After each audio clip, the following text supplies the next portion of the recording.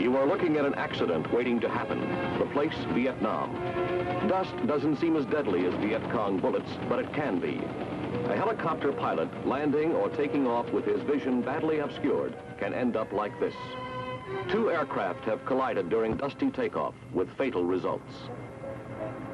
There is, however, a positive side to this scene, since at least 4 life-saving lessons can be learned from it. First, try to avoid landing or takeoff areas with unfavorable conditions, such as dust.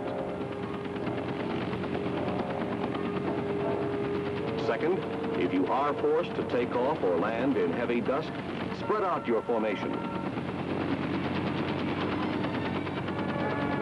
Third, when landing or taking off in dust, to avoid disorientation, maintain visual contact with the horizon as long as possible.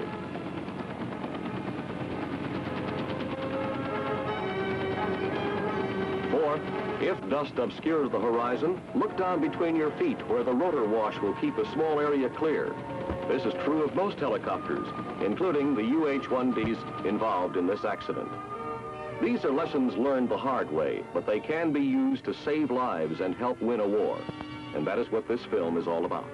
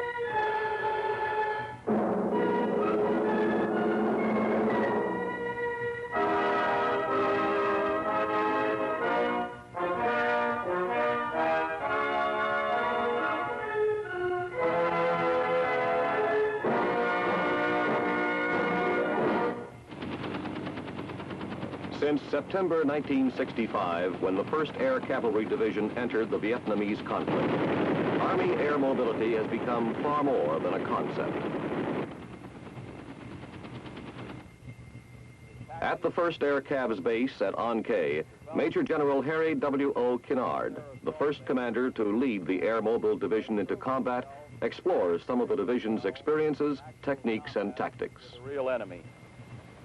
Our aerial cavalry has been able to find the enemy. Our aerial engineers, moving by helicopter, have been able to move to the most inaccessible places and build landing zones for our helicopters and even landing strips for fixed-wing aircraft as large as C-130s.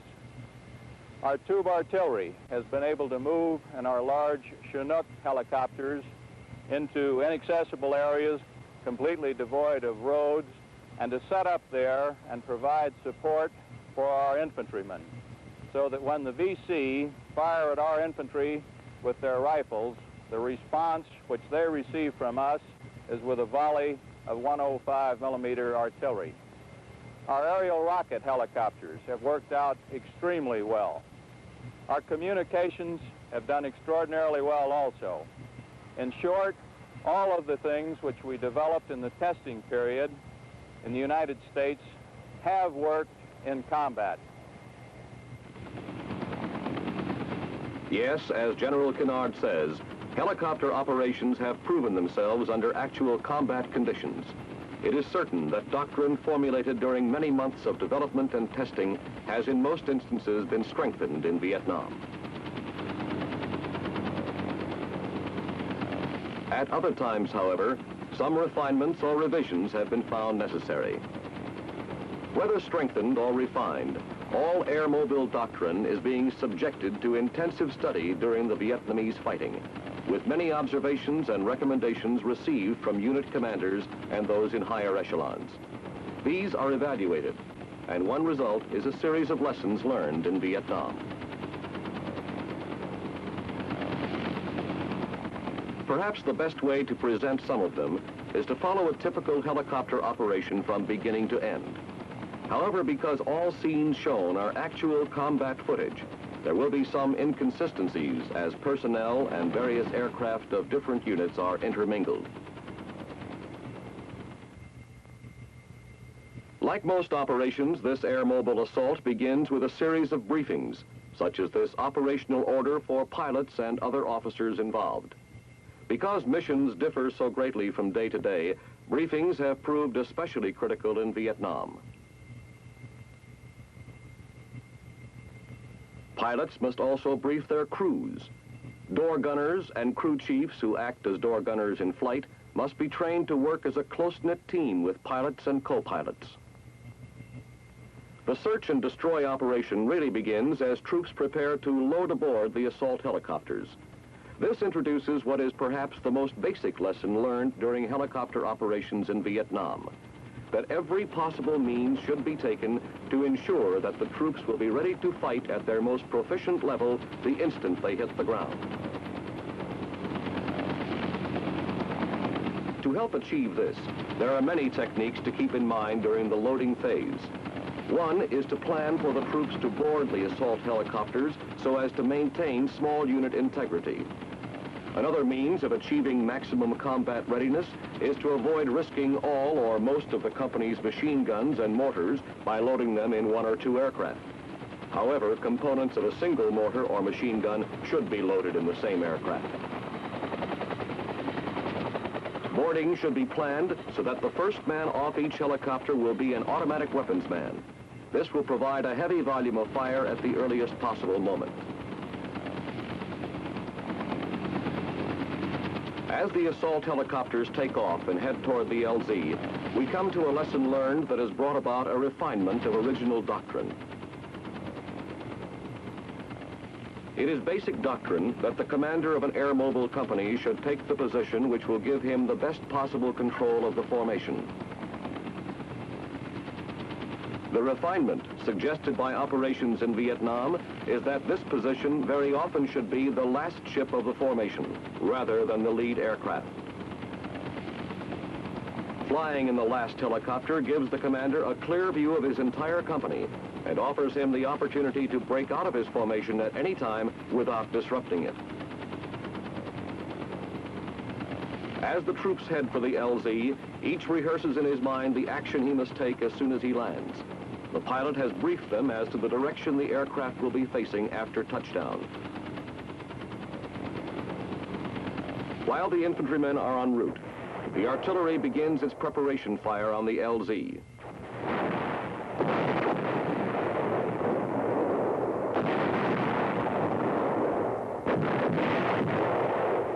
If an artillery preparation is not employed, a forward air controller marks the LZ so that the Air Force can launch its pre-strike. Heliborne assaults in Vietnam have strengthened pre-strike doctrine. Where the probability of heavy enemy contact is imminent, a pre-strike or other heavy suppressive fires on and around the LZ is mandatory, beginning 15 to 30 minutes prior to the actual assault. The Vietnam conflict has also strengthened the doctrine that the pre-strike by Army gunships should blend in with the last bomb dropped by the Air Force, thus giving the enemy no let-up and pinning him down during the assault landing. The assault ships and their gun escorts near the LZ. Now teamwork between the door gunners and the pilots and co-pilots reaches the payoff stage. The door gunners and crew chiefs have much better visibility and are therefore in a better position to see and locate enemy fire. Anytime their aircraft is fired upon, it is up to one of them to drop a smoke grenade to mark the target.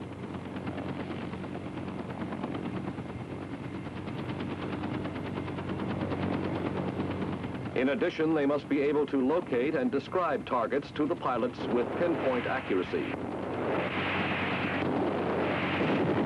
And it is up to them to place suppressive fires on enemy positions until gunship firing runs can be made. Another technique door gunners in Vietnam must observe is conservation of ammunition. They must conserve enough ammo to provide covering fire in the area of the LZ. The UH-1Ds approach the LZ and land. The infantrymen offload, ready to fight the moment the aircraft hit the ground. They move out quickly as troop loading techniques prove their value during offloading. Many heliborne units have come under enemy small arms and mortar fire while offloading. Thus, another lesson learned the hard way is that every assault force must be ready to engage the enemy immediately upon landing with every type of weapon available. Prompt deployment is vital, and in the event of enemy resistance, all available fires must be laid down on the surrounding area to secure the LZ for additional helicopters.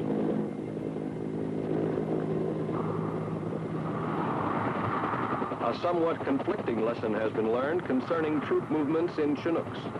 Troops approaching an LZ in a Chinook must remain seated until the helicopter is firmly on the ground, or a serious accident may result.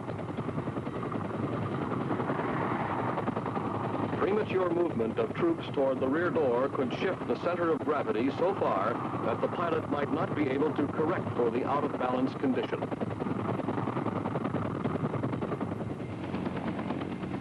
A particular lesson learned concerning assault landings is that every effort should be made to select LZs on key terrain, especially on high ground. There are two basic reasons for this.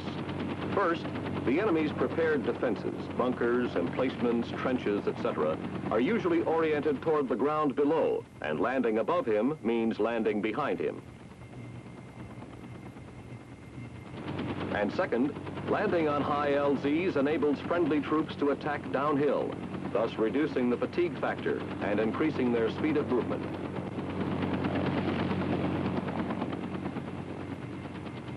Another lesson learned is that wherever possible, the crew chief must visually check his helicopter after each flight for battle damage. He discovers that this medevac ship has been hit.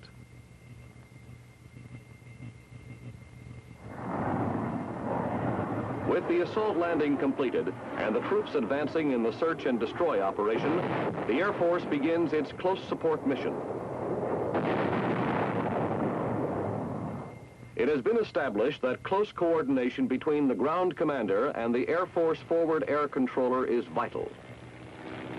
A complex but critical lesson learned in Vietnam is that close combat air support by United States Air Force elements is essential for helicopter assault operations.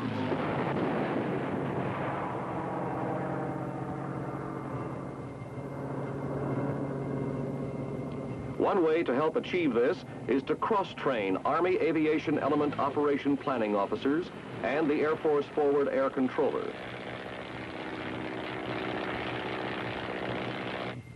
They must be trained in the conduct of both the Army and Air Force portions of an air mobile operation as integral parts of one continuous mission, rather than as separate but related components of a single combat operation.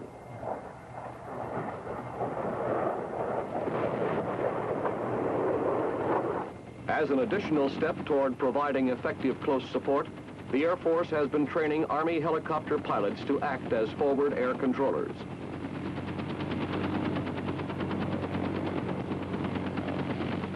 As the operation continues, gunships join in providing fire support with rockets, machine guns, grenade launchers, and even the helicopter-mounted 20mm cannon.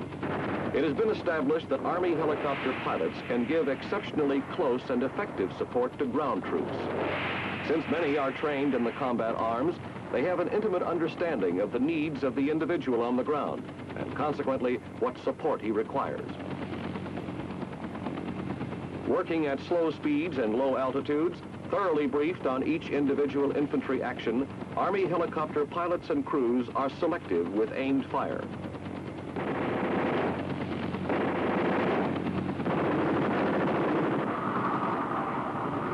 Helicopter crews are frequently instrumental in helping provide another type of close support, that given by artillery. Greater and greater emphasis is being placed on coordination between air mobile units and conventional artillery units during both training and combat operations. Experience in Vietnam has proved that within 6 weeks, an artillery unit can thoroughly master the techniques and fundamentals of air mobile artillery as part of air assault operations.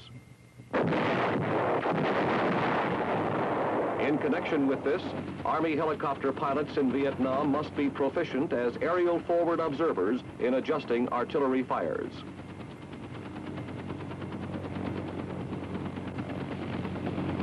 As the operation continues, helicopters begin their resupply missions. In Vietnam, helicopter delivery is frequently the only practical means of transporting such materiel as ammunition, rations, water, and many types of heavy equipment. Ammunition must often be delivered directly to an artillery firing position, since it is impossible to transport it or other supplies over the rice paddies, jungles, mountains, and other impassable terrain features that dominate South Vietnam. Even with roads available, ground security in guerrilla warfare requires many troops. These mechanical mules will distribute ammunition within the battery base of operations. Many resupply loads must be landed on unusual terrain or in confined areas. The experience and skill of the pilot will determine the amount of supplies and difficulty of the loads he can carry, as well as the LZs to which he can deliver them.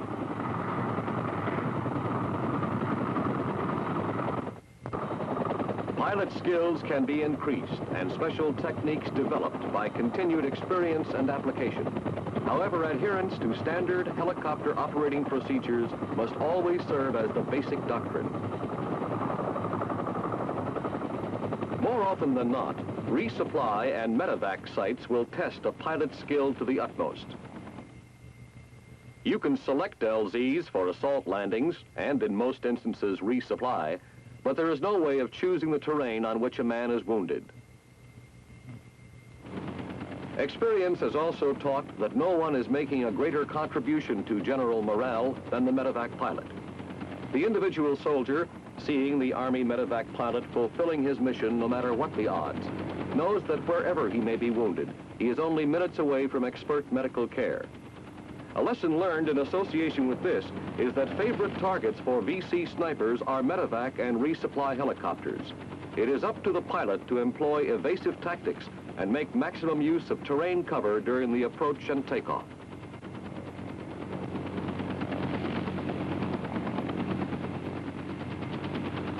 No matter what the mission, another basic lesson learned is that the level of pilot skill can mean the difference between life and death. It calls for the highest proficiency to land on the large variety of difficult areas in Vietnam. This LZ, covered with high stumps, requires the pilots of these assault ships to hover while the troops offload.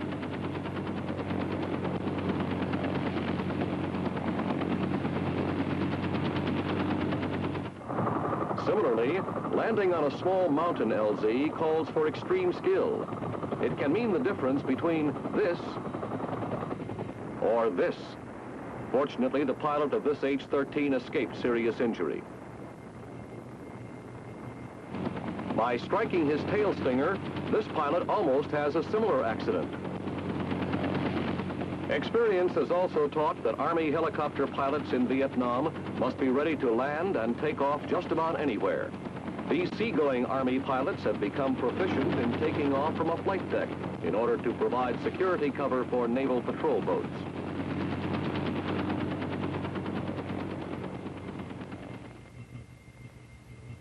Phase 1 of the search and destroy operation is completed, and part of the assault force prepares a new LZ for extraction.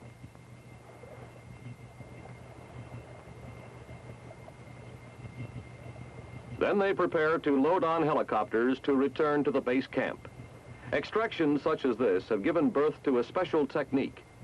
It has been observed that the VC will launch attacks against an extraction LZ after the main body of troops has been lifted out and only a small rear guard remains.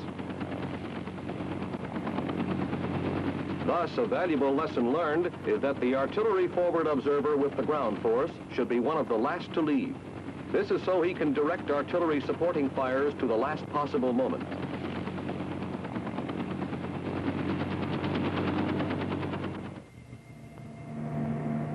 When returning to the base camp by vehicle, convoy cover may be flown by an armed helicopter.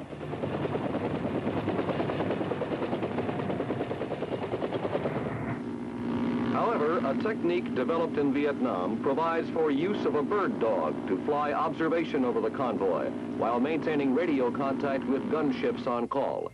This reduces excessive, non-selective use of helicopters, which in turn decreases downtime for maintenance. In areas where attacks are most likely, it can be arranged for the armed helicopters to fly cover. When the area opens up, the bird dog can resume cover by observation.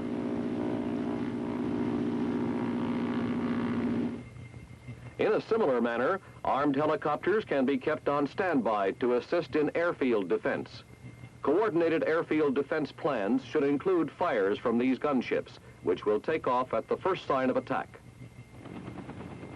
The search and destroy mission completed, elements of the Air Mobile Company make a reconnaissance to prepare for another assault. A valuable lesson learned in Vietnam is that reconnaissance by an air-ground team can be extremely effective. By means of this technique, a gunship can search out impassable terrain and cover a large area. However, should the pilot suspect that Viet Cong may be hidden in an area screened by dense vegetation, he can communicate with the ground reconnaissance unit. The patrol then makes a ground reconnaissance of the area. Since a reconnaissance unit is usually platoon-sized or smaller, they may be outnumbered should they make contact with an enemy unit or be ambushed. In that event, the gunship can provide covering fire.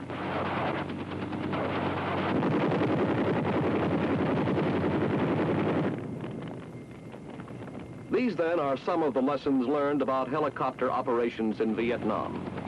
Since the Army air mobility concept is new, and since it is the greatest advance in battlefield mobility in centuries, many additional problems are almost certain to appear. But for every problem, there will be a solution, another lesson learned. Heliborn soldiers will continue to use them as valuable tools in gaining the most precious of all military commodities, victory.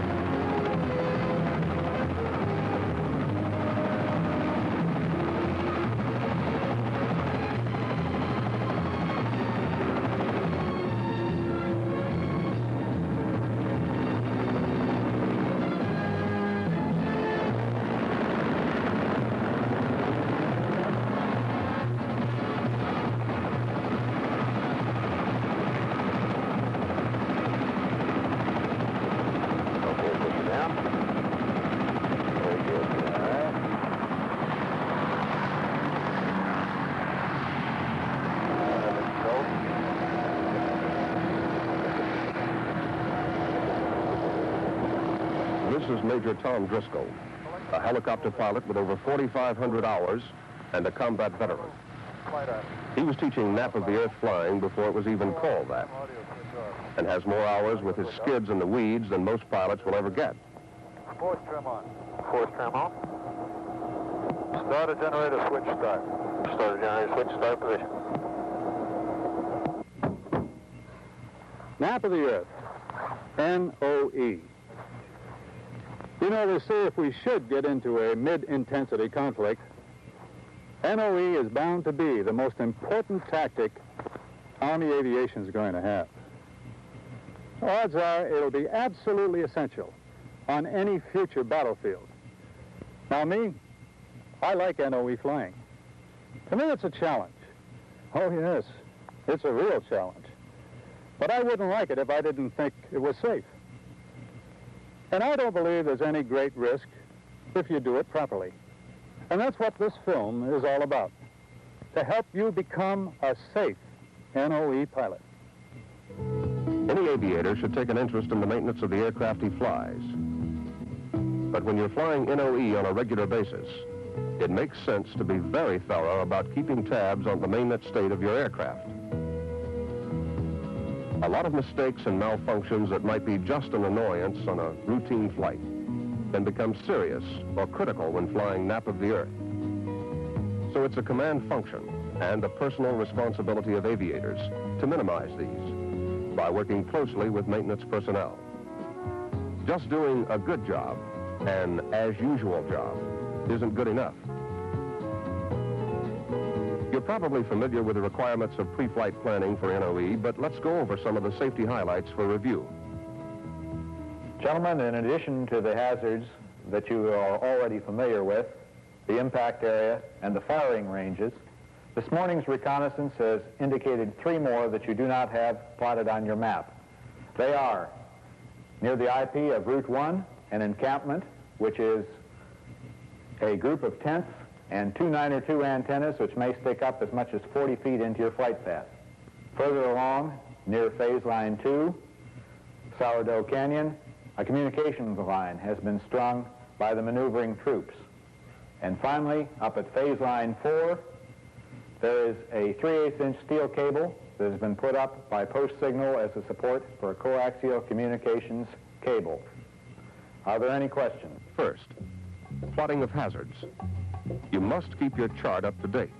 That's absolutely essential for safety. Plot all new hazards as soon as they're reported. For the pilot, and even more so for the co-pilot who serves as navigator, detailed planning is extremely important. You must be thoroughly familiar with the route beforehand. The trick is learning to visualize from the chart what the landscape will look like, and especially the checkpoints. It's not easy, but you can learn to do it. Since navigation is a self-development skill, this film will not attempt to provide detailed instruction. On an NOE flight, you'll be doing a lot of hovering out-of-ground effect. It's important that you consult the Dash 10 chart to make sure you can do it safely, given the conditions for today's flight. If you'll be flying to higher altitudes or expect a marked increase in temperature, be sure to include this in your figuring. Next, review the height velocity diagram. Recall that this diagram shows flight conditions you should avoid when possible. Height above the ground, H, is plotted against airspeed, marked as velocity, V. You must be aware of the height-airspeed combinations that put you in the caution areas of the diagram. Each type aircraft, of course, has its own different chart.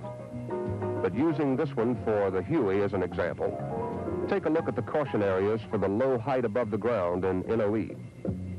At very slow airspeeds, you're in the red. Picking up speed, you fly into an okay area. But remember that there's a range of higher airspeeds that again puts you in a caution part of the flight envelope. During NOE flight, there will be times when you are operating in a caution area. You should know the HV diagram for your aircraft so you can be particularly alert during these times.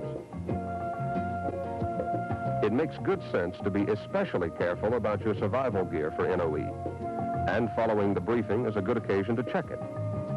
Among the items you should carry, in addition to the appropriate flight gear, are a local area crash map, flare gun and munitions, knife, flashlight, survival kit, compass, and emergency radio. Check the radios to be sure they're operating. While you're checking your gear, how about taking a look at your visor? If dirty, it's a whole lot easier to clean it now than in flight. For NOE flying, it's particularly important that you check the post-flight write-up of the previous crew. Minor damage is not uncommon, and you should be aware of it. For the same reason, your pre-flight needs to be done with special care. The blades, and especially the blade tips, may be nicked from minor tree strikes. That's also true for the bottom of the aircraft. NOE flight on occasion puts the airframe under stress that may cause cracks in the tail boom. Take a close look for any sign of damage. Another item that needs closer than usual attention is the windscreen. Make sure it's thoroughly clean and always try to keep it free from scratches that could cause a glare problem when flying into the sun. The condition of the windscreen is vital for the glare-free visibility you need for safe NOE flight. All aircraft used for NOE should have crash-worthy fuel systems and armored seats.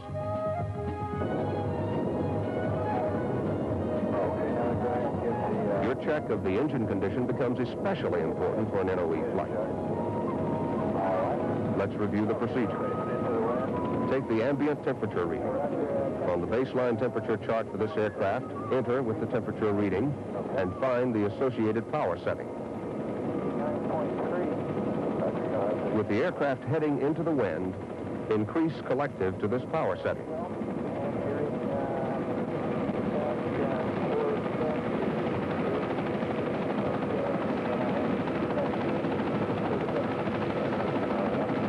Read the EGT or TOT and compare the reading with the desired value according to the chart. If the actual reading is within 20 degrees of the chart value, as here, you're okay. However, if you should find a difference of more than 20 degrees, be sure to write it up on your return. If more than 30 degrees, the aircraft is not safe to fly.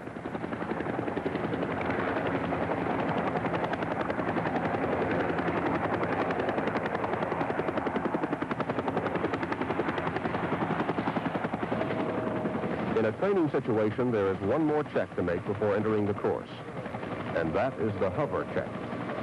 The purpose of this check is to determine whether you can hover out of ground effect, given the existing conditions of aircraft loading, density, altitude, and temperature. First, read the placard value of N1 for the current ambient temperature. Then hover at 5 feet, facing into the wind. You should be able to maintain the hover with less power than the placarded value. If N1 is less than the placard value, you're okay. Then turn 90 degrees to the left and check N1 again.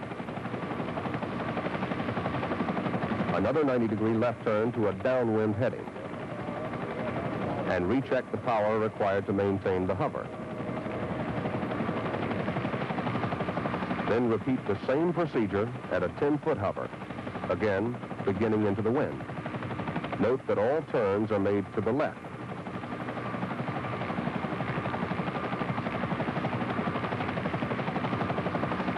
The final step is to run through the procedure once more at a 25-foot hover.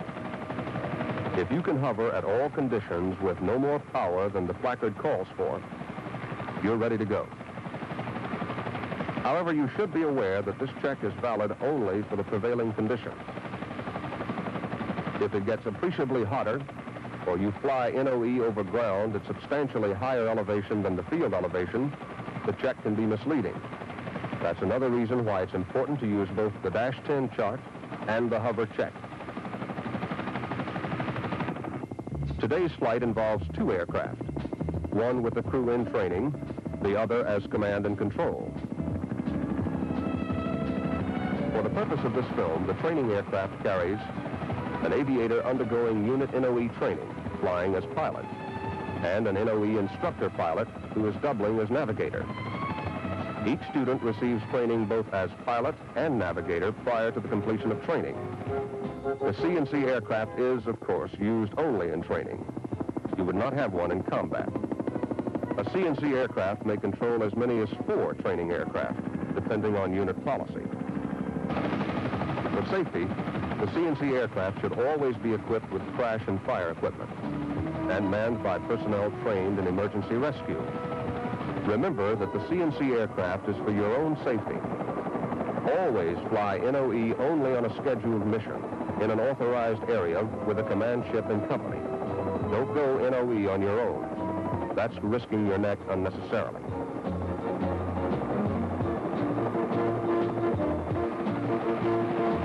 Your flight to the NOE area will normally be conducted at low level or contour altitude.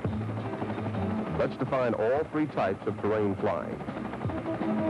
Low level is flight at a constant airspeed and indicated altitude, low enough to minimize observation or detection of the aircraft. Contour flying is just what it sounds like, following the contours of the ground. Constant airspeed, varying altitude. You're close to the Earth, but still high enough that you can maintain constant airspeed. Nap of the Earth is flight as close to the Earth's surface as vegetation or obstacles will permit. It's flown with varying airspeed and varying altitude. By definition, you're not flying NOE unless you're as close to the ground or obstacles as the circumstances allow. Remember that the purpose of NOE is to give you ground cover and concealment so that enemy personnel and radars cannot locate you.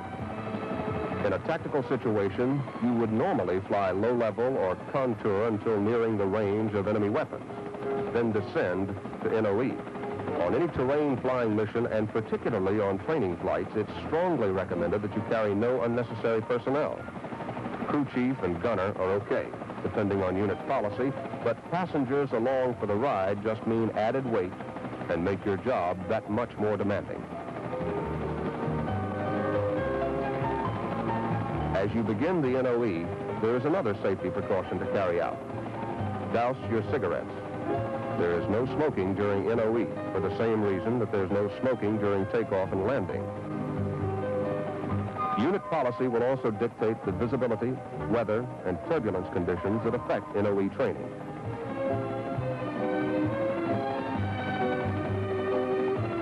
Under some conditions, training may be conducted using higher altitudes for safety.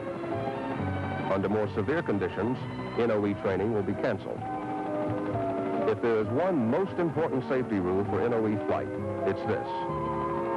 The lower you go, the slower you go. That's especially true when you're flying through unfamiliar terrain.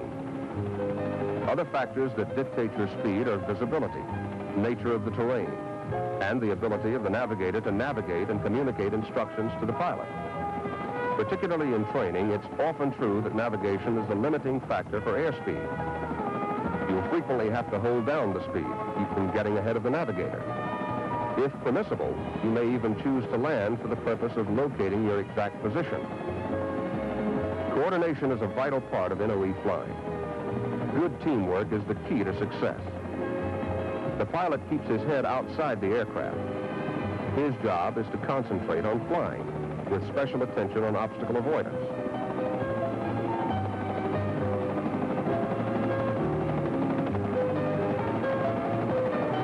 One problem in this is the danger of visual fixation. The solution is to keep your head and eyes moving. It seems awkward at first, but you can learn to do it routinely with a little practice. The navigator has 2 jobs. The first one is obvious, navigating. But the second one is just as important, monitoring the engine, transmission, and other instruments. This job belongs to the navigator, so the pilot can stick to the flying.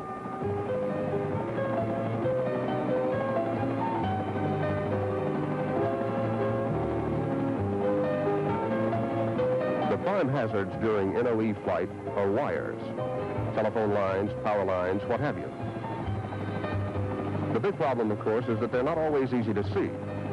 It helps to know that they're often, though not always, located close to roads and buildings, or along strips cut through trees, or strung along tree lines near farms. Dead tree snags are another difficult type of hazard. It's even worse if you're flying into the sun.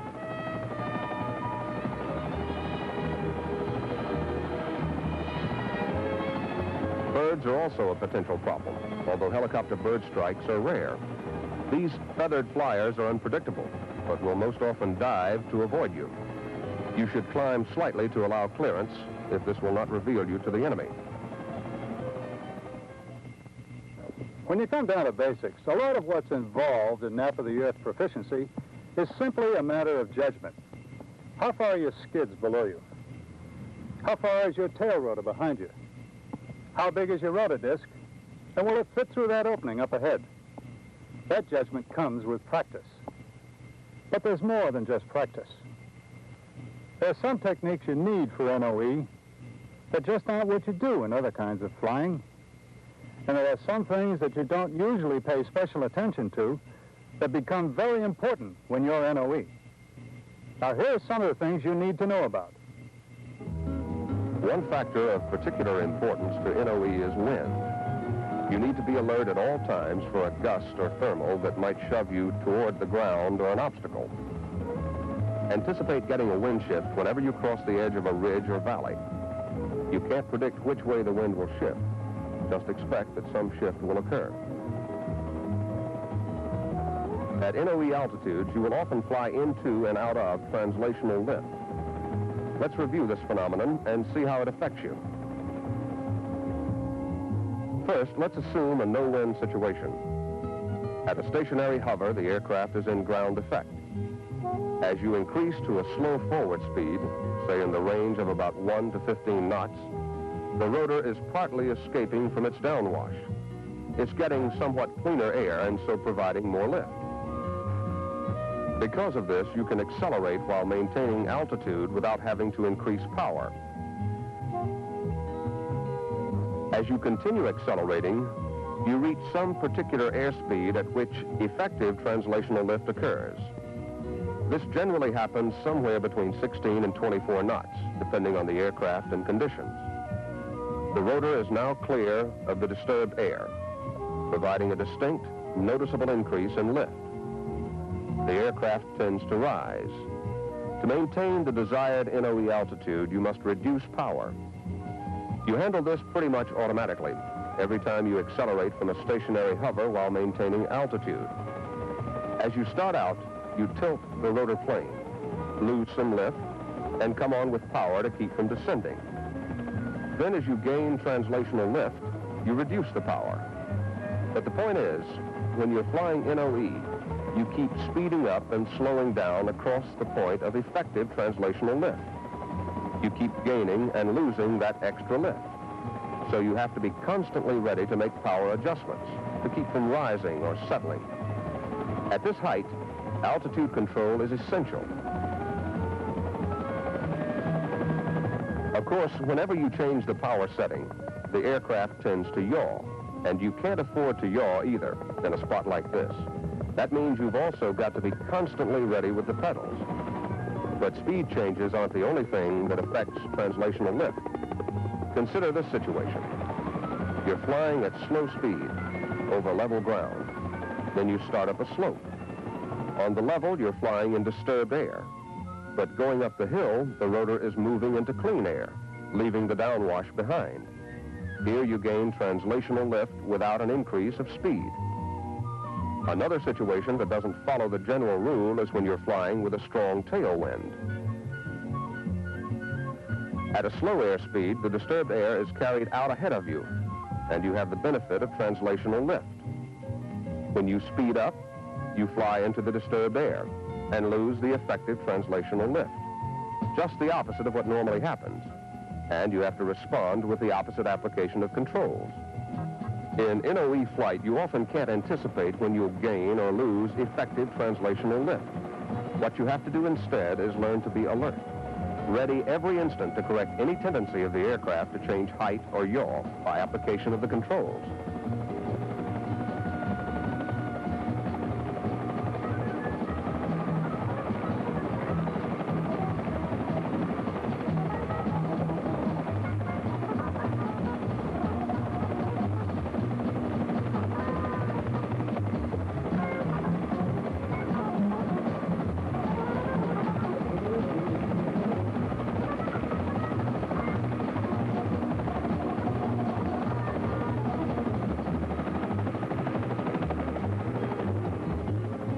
of the main rules for safety in NOE flight is that you must always be conscious of where your blades are. You must be aware of rotor disc and tail rotor clearance at all times.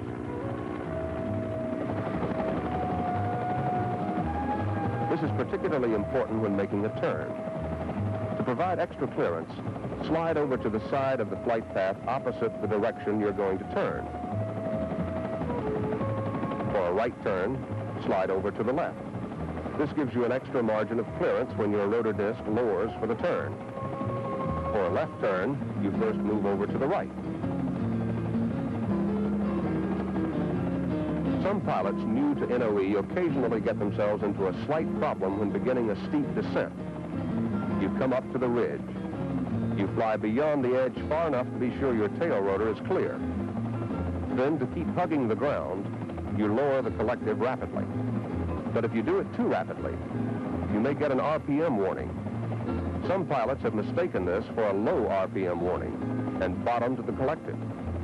But the circumstances in which this occurs and the fact that the warning alarm does not sound tell you that this is an overspeed.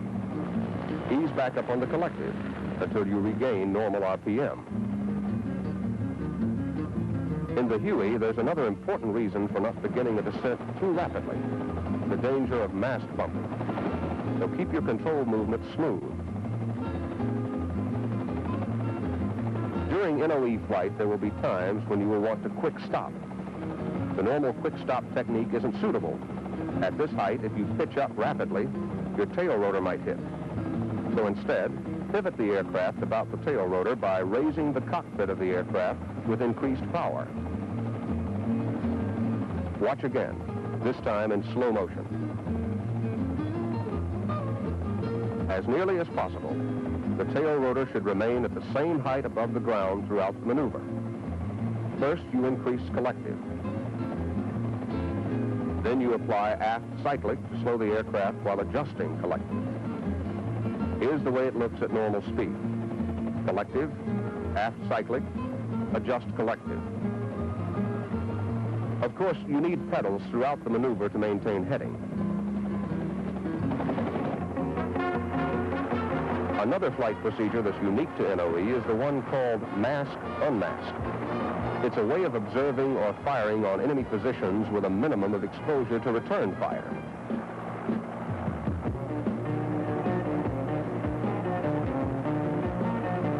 One way to do the mask-unmask is to take up a position somewhat back from the tree line and ascend with a slight forward acceleration. This method reduces the possibility of getting into a settling with power situation.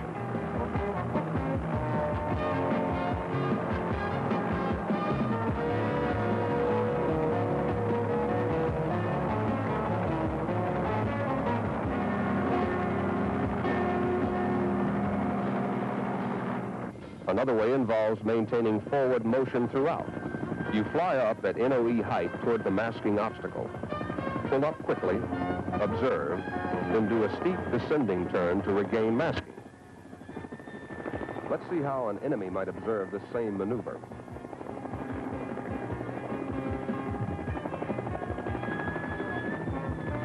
Take another look.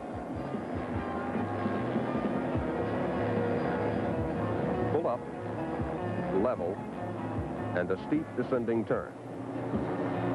Always use particular caution in the descent of any mask-unmask procedure. Here's another way it can be done. You take up a stationary hover, masked from the enemy position by a ridge line, trees, or some other obstacle.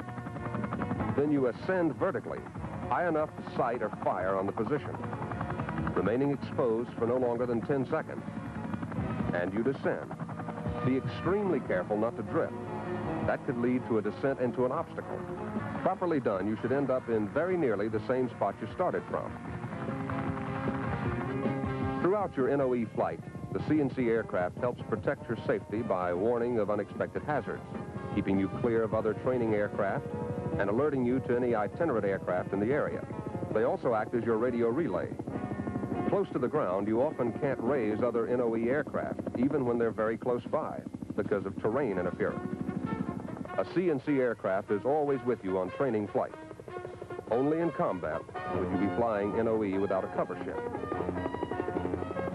The burden of becoming proficient enough at NOE to fly it safely in combat without a cover ship is a burden, not just in piloting, but in navigating as well. More than any other kind of flying, safe and efficient NOE depends on highly developed skill in navigating. And it's a very special kind of navigation that's required.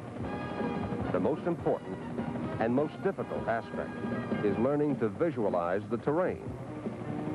Here's a little test of your ability to visualize. What does this portion of the route look like at NOE altitude?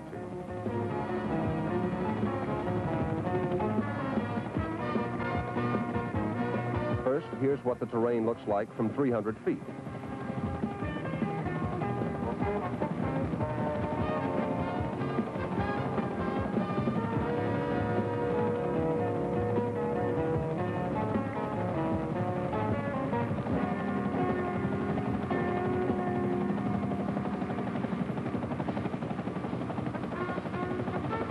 Same thing, this time from 100 feet.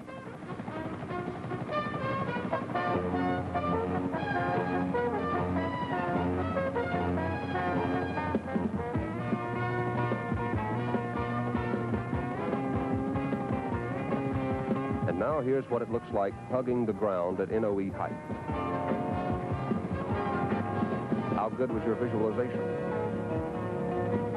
By the way, the helicopter is now flying slower than it was at a higher altitude a moment ago. Remember the rule.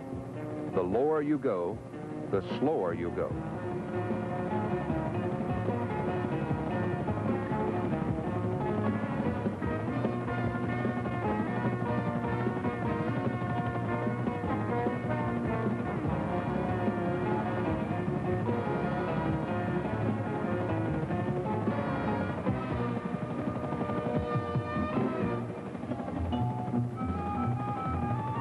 But visualizing isn't the only problem. Things can get confusing when what you see on the map isn't what you see on the ground. For example, you may be looking for a stream and instead find a dry gully. And in rainy season, it can work the other way.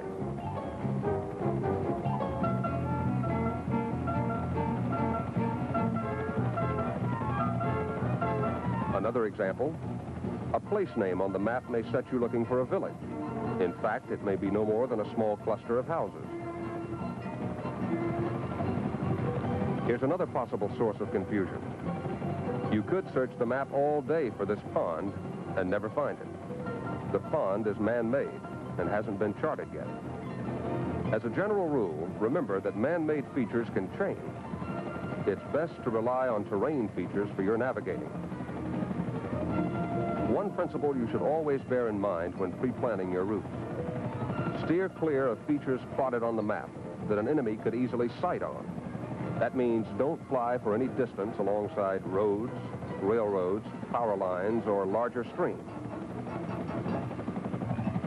Another hazard, dusty roads, which could easily reveal your presence to the enemy or create a hazard if you're engulfed by the dust cloud. Also on training flights that go off-post, you have a responsibility to avoid unnecessary disturbance to the community. Stay well clear of livestock, chicken houses, and the like. And don't forget that you're still governed by the minimum clearance rule over inhabited areas on all training flights.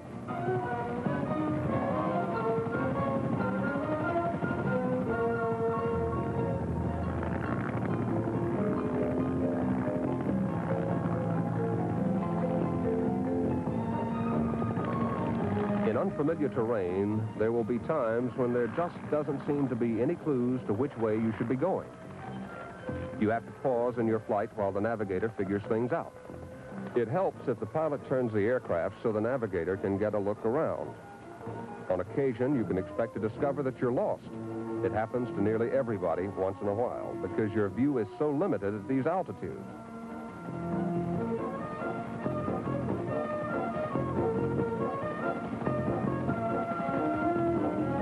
Sometimes you can use the compass to orient yourself if there are enough identifiable terrain features to take bearings on. In hilly or rough terrain, you can sometimes get a fix by estimating the altitude of surrounding high points and relating them to altitudes shown on the map. As you become more experienced at the unique problems of NOE navigation, you'll find that you can usually get yourself located again. If it turns out, however, that you can't get relocated, you should attempt to retrace your route to the last checkpoint and try again from there.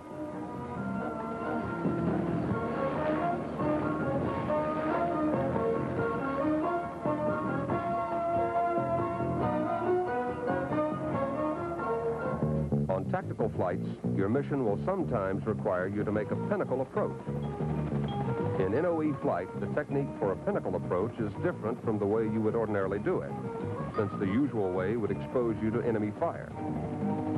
What you do is to remain NOE and fly up the hill. However, wind is a crucial factor in this maneuver. You must take it into account.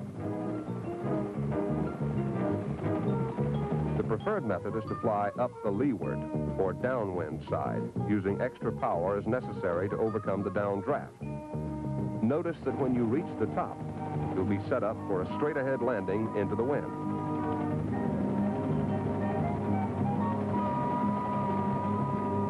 It's possible to fly this from the windward side of the hill, but it's a good bit more tricky. As you reach the top, the wind tends to carry you up. That makes it more difficult to get set up in a good approach. And it also increases your exposure to enemy observation and fire. When the situation is going to require you to make a downwind approach, whether for a pinnacle landing or anywhere else, it's especially important that you be familiar with your aircraft limitations. The technique for a downwind approach goes like this. You first slow way down before reaching the point of intercepting the approach path. The slow speed is important because you can't see far enough ahead to anticipate well when you're so low to the ground. Be prepared to come on with power. Due to the tailwind, you will lose translational lift sooner, and you'll have forward speed over the ground after your airspeed comes to zero. Let's see that again. Downwind, you need to guard against tail boom yaw. That's always true in NOE flight, especially in a tight place. Also, make sure you don't let the wind push your tail boom up. The nose-down attitude would increase your forward speed. Now, let's talk about a couple of other NOE procedures. Things that you will not practice during training, but that you will need to know about. Emergencies during NOE. First, settling with power. It's much more apt to occur during NOE because you so often hover out of ground effect. But the time may come when load and density altitude work against you. Immediately drop the nose to gain airspeed and reduce power. Do not increase collective. Recall that the problem is one of settling in your own rotor wash. Reducing power means less rotor wash and a quicker recovery. Again, the procedure is drop the nose, reduce collective, maintain directional control. And now we come to the topic of emergency landing from NOE. It's not as bad as it sounds. Experience has proved that a pilot's instinctive reaction is often better than when he has too much time to think in an emergency. First, let's deal with the basic question of dissipating your speed. If you're lucky enough to be flying over a smooth, hard surface, you can concentrate on controlling sink rate and accept the sliding landing.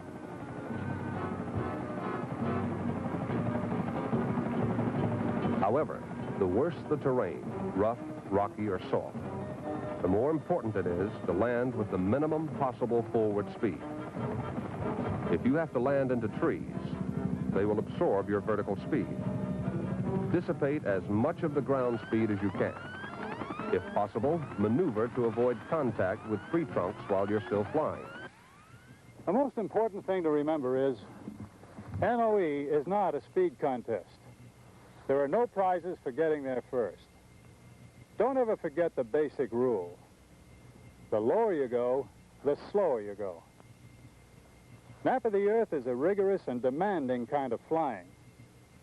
You got to do it with the right equipment, the right training, and close command supervision. And then it may not be everybody's thing. But when you do it right, it is not a hazardous or high-risk business. It's a challenge. And like all other challenges in life, it brings its own rewards of satisfaction when you learn to do it well.